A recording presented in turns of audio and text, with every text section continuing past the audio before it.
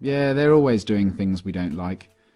They use taxpayers' money to enrich themselves and their friends, and they never keep their promises to voters. They've been caught stealing and lying and taking bribes, and they mostly do what the big corporations want. Yeah, they're always doing stuff like that. They're completely corrupt. They're a bunch of lying crooks. Well, at the moment we don't have a court of law. We have a color of law, which is fiction. UCC is a set of codes that was set up over 100 years ago by lawyers. And with the Uniform Commercial Code comes contract law. It's all to do with contract. So we are not under any law. We're just under contract. The UCC is very, very important for people to learn about what's going on with their lives, because we are under contract law, no other law. There is no law at all. Majority of the judges here in the United Kingdom are not judges. They're just doing business. They might be a retired lawyer. They're doing business as judge. And so-called judges in Malawi and in Canada? All of them, exactly the same system. They're under the UCC.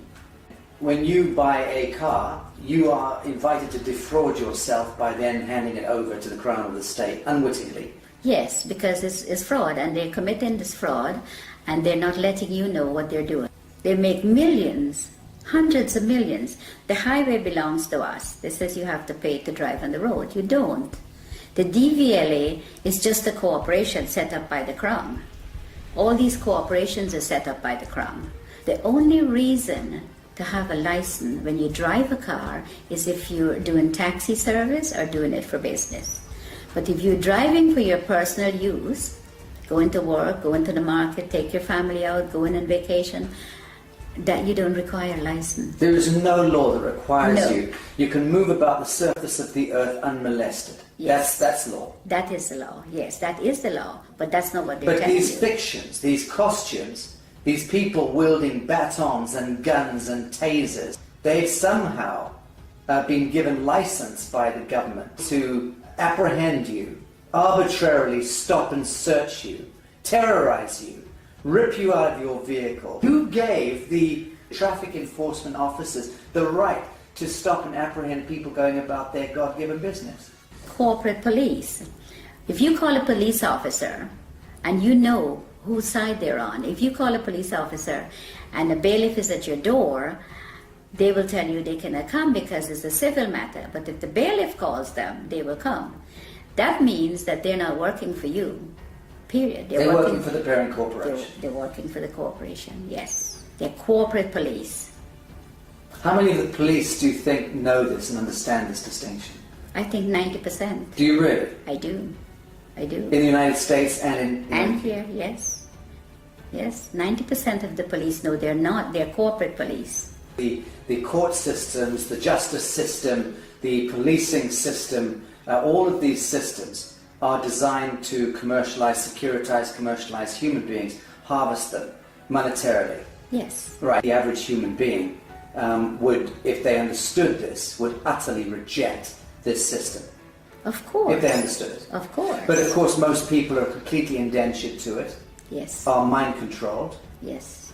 reading the newspapers, watching the television, and repeating verbatim the bullshit that's taught to them. Yes. So, When this Prime Minister said she's going to give 300 billion to the common market, where do you think she's getting the money?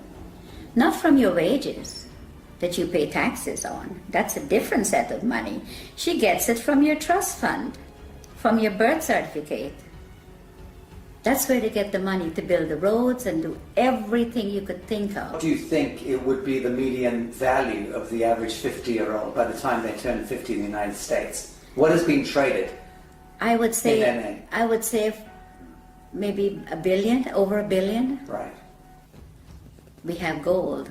For every pound that if you weigh 8 pounds at birth, you have 8 pounds of gold set aside for you. Assigned to you by whom? By the Crown. In England? Yes. And the United States? Yes. By the Treasury? Yes. And Because the United States is owned by the Crown. I think if people get to know and they come together, it doesn't take hundreds of millions. 1 million sovereigns get together can make a hell of a lot of difference, because the word spreads from one to the other. And once people get to know that this is what is being done to them, it's going to be like wildfire. Once people get to know the law, what they're under, and what they're doing to them, and how they're making... You see, they make things to distract you, like the news and all this fake, all this stuff, television, and this is what they do. So once people can get together, if 100 people go to the bank and all keep taking out £100, before the end of the day, the bank will close. It's very simple if people get to understand what's going on. And it would be good for them to know, because we need to stop this. We need to stop what they're doing to people, hurting people for no reason, put people in poverty. And by they, we're talking about the parent corporation. The parent corporation, The yes. banks and governments and justice systems all working to penalize and harvest humanity. Yeah, they're in bed together, everybody. They said, if they send you to the Citizens Advice Bureau, don't even bother to go, because they're working too with them. Everybody they have in their pocket. And it's very sad, because people will do things to other people for very little money. Are you hopeful for humanity? I am, very much so.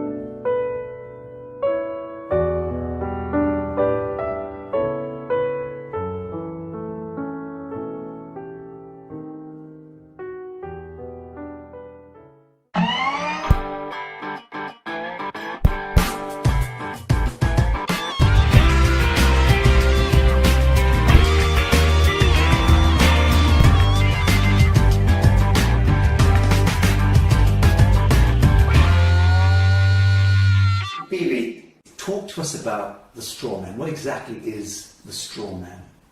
The straw man is your name written in block letters. Very simple. It was done at birth. What the government did, or the corporations now, not government, what they did is they took your birth certificate and made a second birth certificate with a trust, a Sisti QV trust. They made it in all block letters.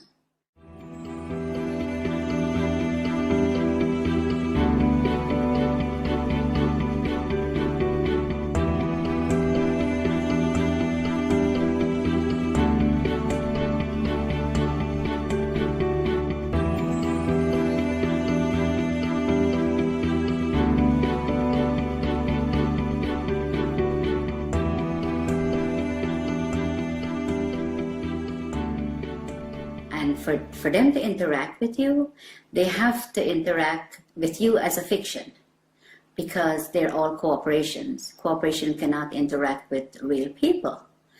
So they made a straw man. They call it a straw man because it has no soul and is spiritually dead. So let's break this down. You're born in the hospital room. A certificate of live birth is issued. What happens is that she has to register the child's birth. She has to go to the registration office and register. If she does not register, she will be taken to court, according to what the law is saying. They take the birth certificate that she registered as an informant then that she has the child, and they made a duplicate in all block letters. She didn't, they did. So they turned the living child now into a trust, fiction. into a fiction. Trust, yes. Which has a certain value allocated to it. Value, yes. Millions of dollars or pounds. And that trust, let's call it a bond, because that effectively becomes traded thereafter. Yes, it becomes warehouse bond for money. So every human being that has been registered to the state or the crown by the mother ends up becoming some kind of a bond that is traded on the stock market. Yes. Without you ever knowing it. Yes, without disclosing. And this is happening since the early 1900s. What they've done is really fraud, because they're fraudulently taking your child's birth certificate and make it into a dead entity. The dead entity birth certificate is making billions of pounds or dollars, depends on which country you're in. So your straw man is considered a dead entity, and the corporation can interact with it. If you have to go to court, it's not going to be in your real name because they don't have it. All they have is the dead entity, and they interact with that.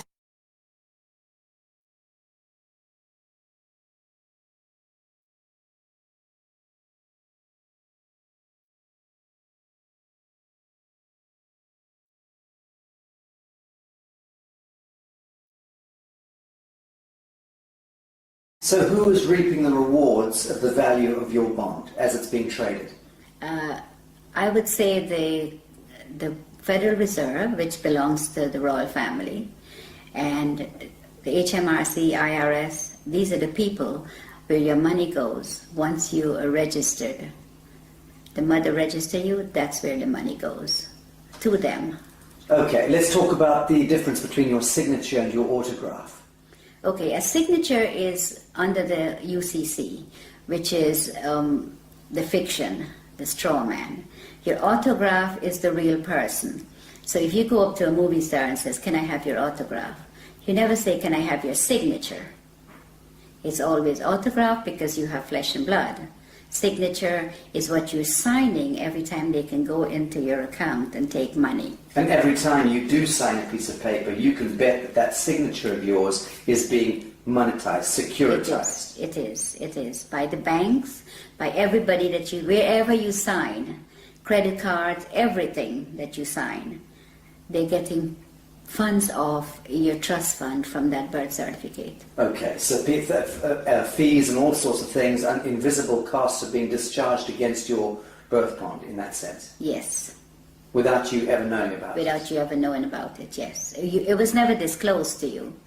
All the stuff was done without disclosing, and it's deception, it's fraud, and it's happening every day to everyone that's outside the inner circle. Okay, let's talk about the court system, because invariably your signatures lead you into a courtroom at some point, whether it's and under the aegis of the court system, whether it's a marriage, a birth, a death, a registration of land, whatever. So we understand a little about the distinction between the signature and the autograph. What exactly is a court of law? Well, at the moment we don't have a court of law. We have a color of law, which is fiction. So when you go into a court system here or America, you walk into a system where there is no law. So it is lawless. So when you go in there and you speak to somebody doing business as a judge, there is no judge. You could ask the judge to see his oath. He doesn't have one. He's a cashier. Yeah, he's a banker. A banker. Yes. So when you sign any papers in the court, that's when he gets paid out of your 60 QV trust on your birth certificate. That's where he gets the money. If you go into the court, you still lose because it is not a court of law for you. In a situation like that, when should you use your signature and sign something, and when shouldn't you? There is a special way of, under the UCC, if we go back to that, there's a special way of signing without responsibility for your signature. So that if you sign in the special way according to the UCC, you're not responsible for anything that's on the paper. Okay.